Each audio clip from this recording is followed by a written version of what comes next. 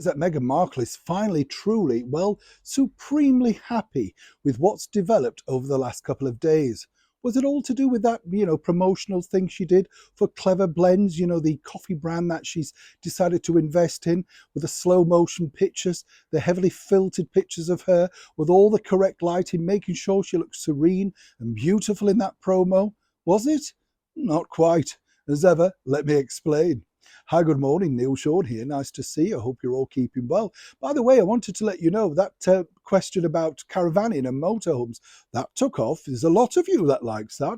Glad to hear it too. I don't know, over here in the United Kingdom, by the way, it's not as cheap caravanning as people think. It's not the caravan. I think you can pick those up for quite a reasonable amount. It's the mooring, isn't it? Whatever you want to call it, the docking. It's quite expensive, if you stay just a few nights. And I think if you do a year, incredibly expensive. But on the other hand, it gives you a different life, doesn't it? One I think a lot of us might enjoy, escaping from the rat race. That could be said, of course, for the former royal Meghan Markle, as ever. Let me explain. As you now know, she's been evicted alongside the former royal known as the Duke of Sussex, Prince Harry, by King Charles III, alongside Prince William, who've decided that they want to retain Frogmore Cottage for more viable reasons. After all, when are the ex-royals going to return back? Nobody really knows.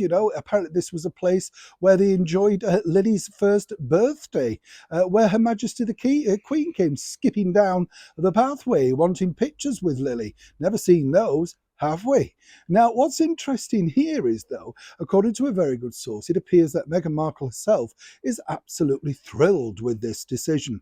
And let me explain the reasons why. You see, while Harry may live to regret everything he's done, and I truly believe that, when you look back at it, you might think, oh, goodness, that was a huge mistake.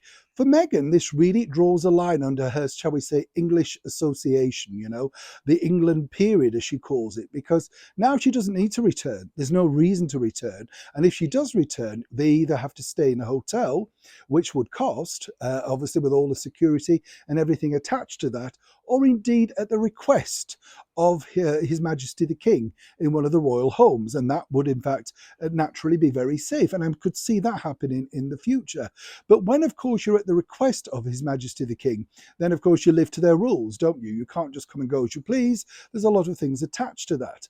But according to that good source, well, Harry may live to regret this momentous decision of his final ties with his former royal life, with no now UK base over here for her home for him in the United Kingdom.